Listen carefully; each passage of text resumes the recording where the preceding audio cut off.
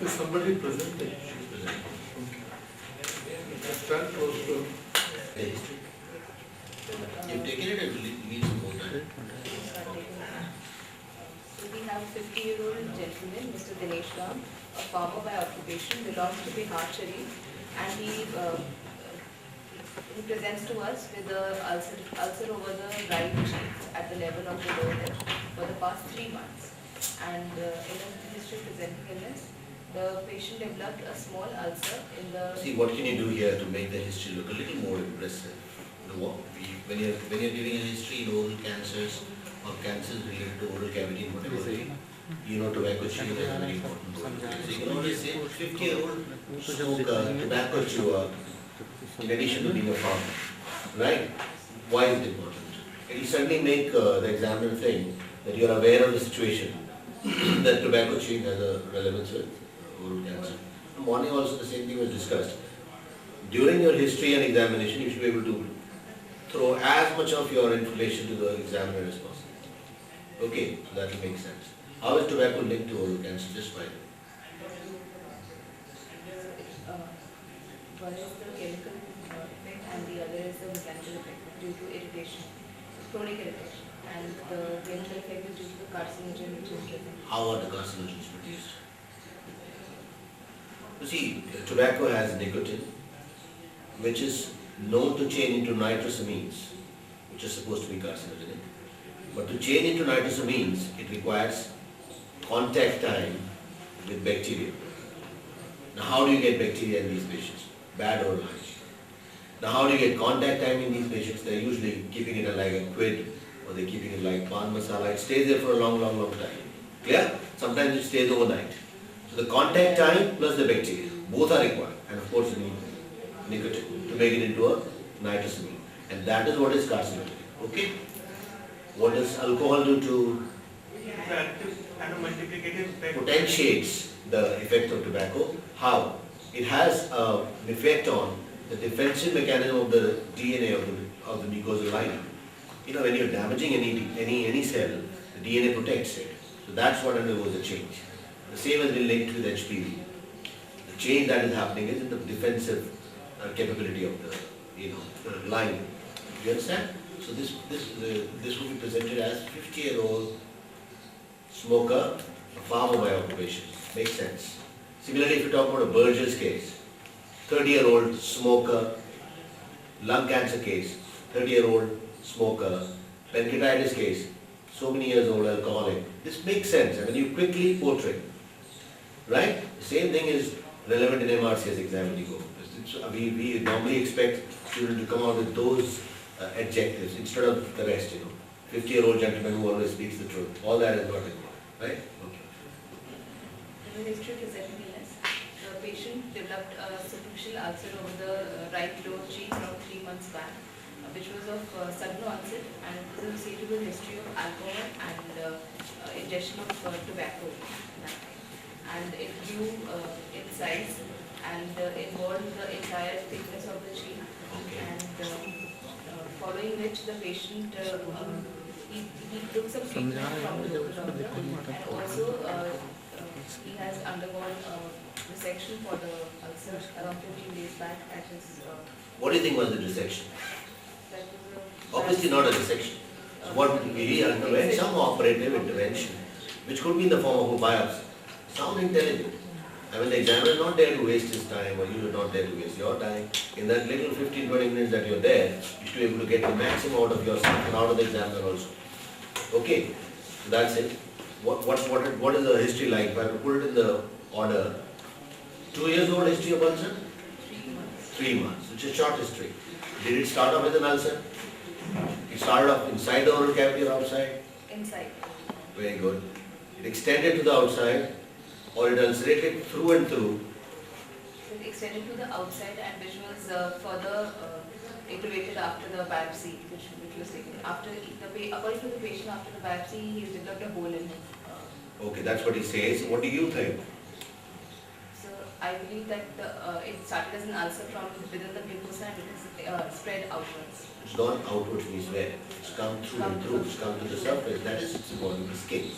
So it will become an orocutaneous fistula. That's what you're trying to say? Yes. Okay. Anything else?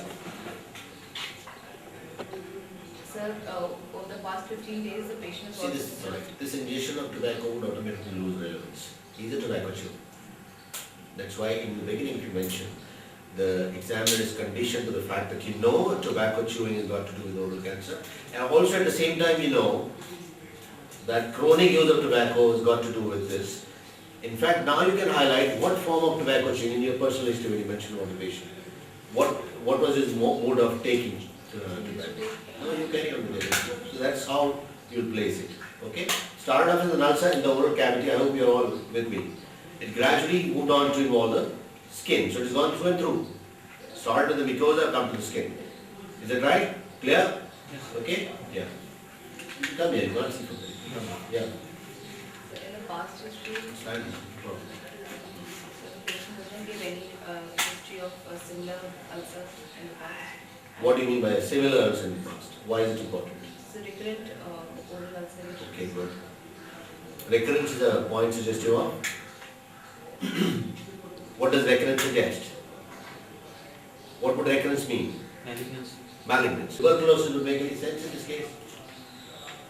Won't to a great extent. Then move on. So that is prone to Okay. ulceration. Anything else in the history? History of trauma. Any history of trauma there? What trauma would you be bothered about?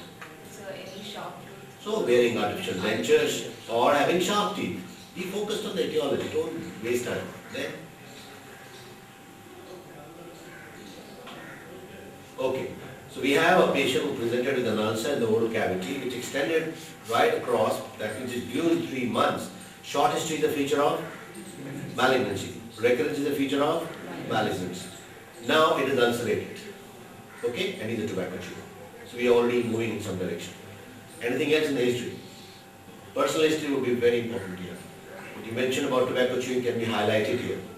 His mode, is the way he takes tobacco. Is it in the smokeless form or the smoked form? Smokeless form tobacco doesn't produce the lateral sulcus or buccal mucosa cancers. It normally will produce either posterior third tongue cancers when the cigarette is sitting, or the lung cancers, etc. Although they all contribute in their own way. But placing of a quid, placing of a pan masala, all these factors contribute towards higher incidence for the reasons we have just discussed. Is he an alcoholic? Yes, makes sense. He's a tobacco chewer for the past 20 years. Anything else in the history, negative history that is important?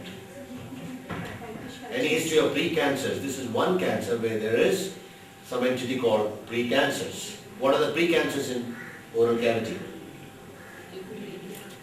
1% at a time, please. Rectoplakia, erythroplakia, melanoplakia, submucous fibrosis, Wendell warts, lichen planus, right? So all these precancers would be of relevance to us. We'll ask the history. History of contact. Why is it important? To rule out a syphilitic ulcer in the oral cavity, syphilitic lesion. Anything else? To rule out HPV, human papilloma virus, which is being blamed for squamous cell carcinoma not only of oral cavity but also of cervix and other places, anal canal, etc. So it's important to take the history of contact or history of exposure. That's how they, it's a polite way of asking the same question. Did you ask that question? You didn't have time to ask, but that's supposed to be asked. Anything else in the history that she's missed? Any history of weight loss? Why is it important, sir? Why? That be more specific. What is significant weight loss? More than 10% of the weight, of the normal weight over 6 months. Right. More than 10% of the body weight in less than 6 months is considered significant. Now, cachexia is another term which is specific to cancers. What is it related to? What do you mean by cachexia? So cachexia is profound weight loss with malnutrition. Due to cachectin. Cachectin is a tumor necrosis factor which leads to cachexia. Brings the appetite down, weight is lost. Is that clear?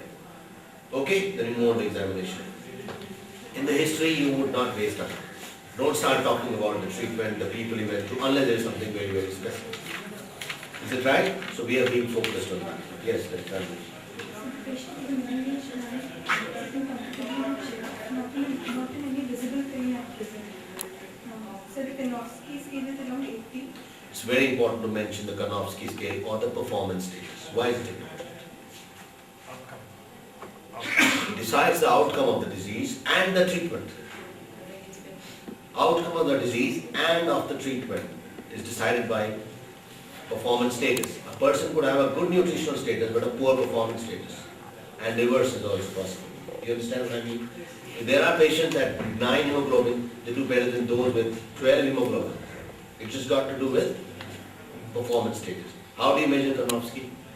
So we see the amount of time the patient is spending in normal activities and in the bed. So Kanofsky, if he's spending most of the time out of doing his normal activities, it should be 80 to 100. With 50 to 75% of time doing normal activities, that is 60 to 80. 25 to 50% of time, that is around 40 to 60. So it's actually about, I don't want to discuss theory there, but you should know. The three important things in the status of this patient would be nutritional status, hydration status, performance status. Don't waste time on oriented time, space and person. All that is okay, it was discussed in the morning. You will mention that. It's important to find out about this orientation of the patient because his history may not be proper if he's not oriented time, space and person. Makes sense, but rush through it, don't waste time. Performance status is very significant in our management. Nutritional status is very significant in our management. How do you assess nutritional status in this patient? So first of all, then we have to take the hygiene rate for calculating the body mass index. Okay, what will you do, I'm asking? So, You'll do BMI next. so the triceps and the bicep fold. What should you do the triceps fold thickness? What does it assess in nutrition? Thickness fat. What protein content? No, that will be fat. Triceps fold thickness would be fat. Mid-arm circumference would be protein because that's a muscle bulk. Okay? You look for Nutritional science and science of deficiency, like vitamin deficiency, but there seems to be no visible sign. tell us about the finding. Nutritionally, what does White spots that are present in cheilitis, bursitis. how about the present features in this patient? Does he have anemia? Yes. Yeah, I'm talking about the presentation of this patient He now. has pallor. His hydration seems to be poor. Okay. How do you look for hydration? So we can pinch the skin. Can't look at the tongue. Show it. Looks moist and nice. What else can you see on the tongue?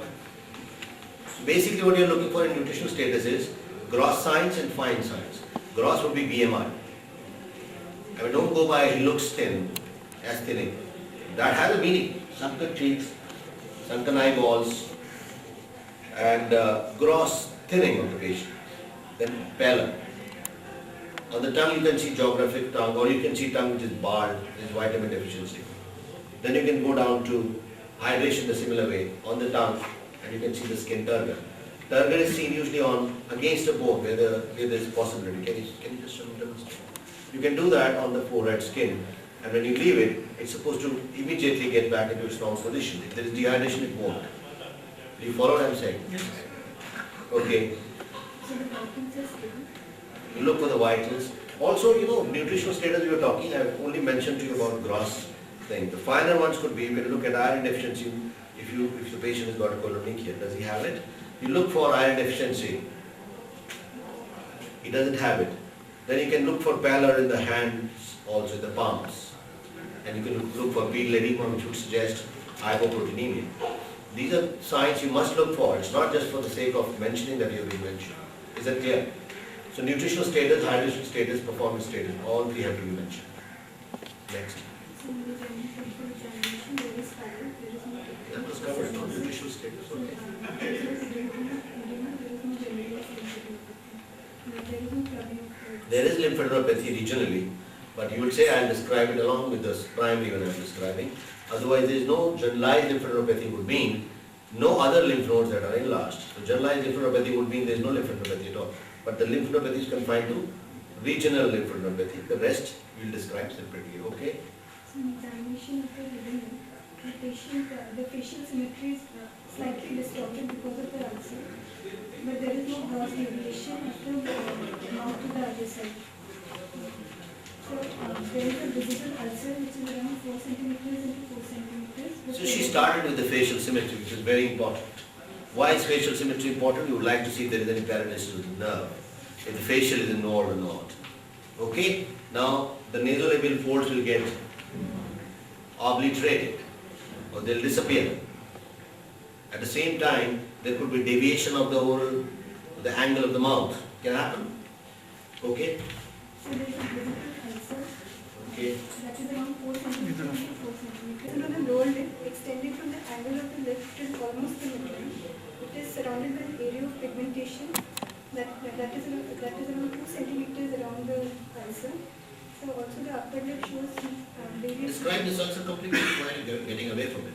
This, you mentioned about the size, you mentioned about the shape, now the margin, and get on with So it. there is a verted margins, and the base is covered by slough and necrotic Is it tissue. base or floor? The floor. So the floor. So the floor is covered by necrotic tissue and slough. There is also a structure that is passing transversely through the floor of the ulcer. Okay. So the base and palpation is found. Inspection is not over. Mouth opening, मुंह खोलिए. Is it adequate? What is adequate mouth opening? How much is adequate? 3 to 5 centimeters. 3 centimeters. Don't say 3 fingers, because the fingers will vary. 3 centimeters is the minimum you expect. If there is restriction of mouth opening, what does it mean? Maybe comparison with the No, in this connection. The involvement of the cervical. What is that called? cervical services. Cervical fiber is the least you can expect. Trismus. What is trismus? What is the difference between trismus and inadequate mouth opening? Painful restriction of mouth opening is called trismus. Otherwise, inadequate mouth opening can happen with cervical fibrosis. It can happen with ankylosis of the joint also. That's not the case here. We shouldn't be talking about things that are not relevant. They are benign causes of restriction of mouth opening also. Trismus can result due to benign causes also, like peritonitis, tetanus. Sorry? Peritonsillar abscesses. Peritonsillar abscess, quinsy. So they can be benign causes of from one to another point. It will be ulcer, complete, and then you move on to the surrounding. Okay. And now she is trying to do the intraoral examination. What is visible in the example, okay? Intraorally, the lesion extends up to Intraorally you have to demonstrate. With the torch in your hand, you will be able to show. So there is no restriction. How is it done and how is it?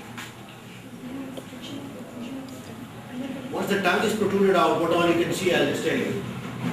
Now, you can actually see whether the tongue is capable of coming out or not. If it does not come out, what do you call it? Ankyloglossia. What does that mean?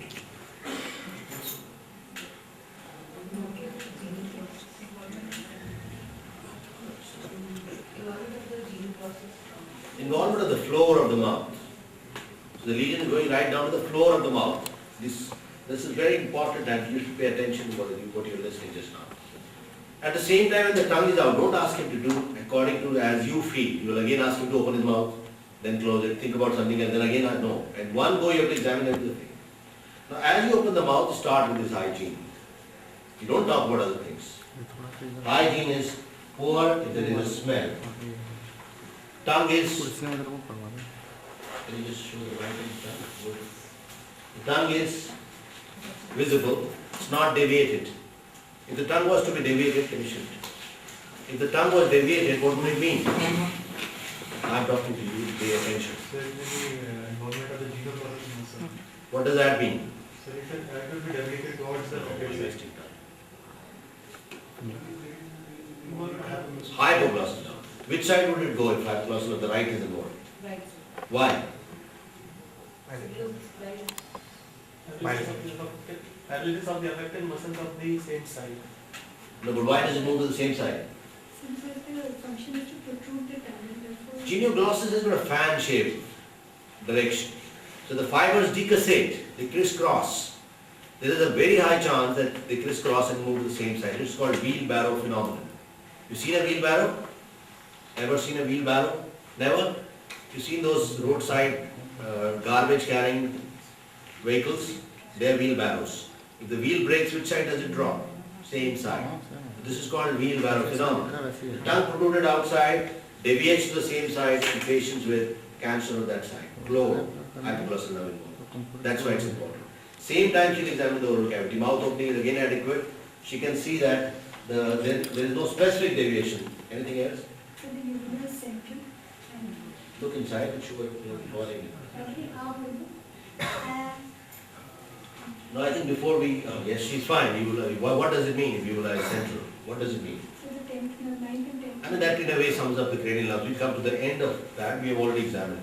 We don't have to speak it here, but you examine it in one go. So there is loss of teeth and there are only around 60 teeth. Very important, loss of teeth. Why is it important?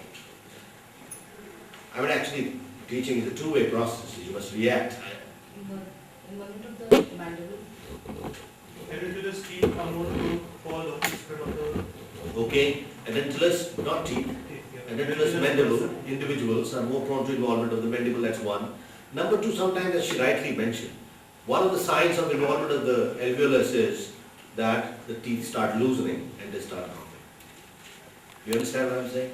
They'll start loosening and they'll start dropping. So loosening of the teeth and then dropping is a feature of involvement of the mandible. But if the person at this age has no teeth in the first place, he would have lost it to dental caries also. His oral hygiene is poor. And looking at the teeth, is there any staining? Is it tobacco stain? Why is that important? Clearly proves that he's chewing tobacco. He's in a habit of chewing tobacco constantly. Yeah? Okay? Now examine this lesion also. No, that's okay. Keep on this So the ulcer extend up to maybe around 3 centimeters side. interior to the rectum. जीवन अंदर करो बाबा जुबान अंदर करो बाबा So the ulcer is Okay, it's tender and therefore she's not able to do it, but you can actually see that the growth is extending from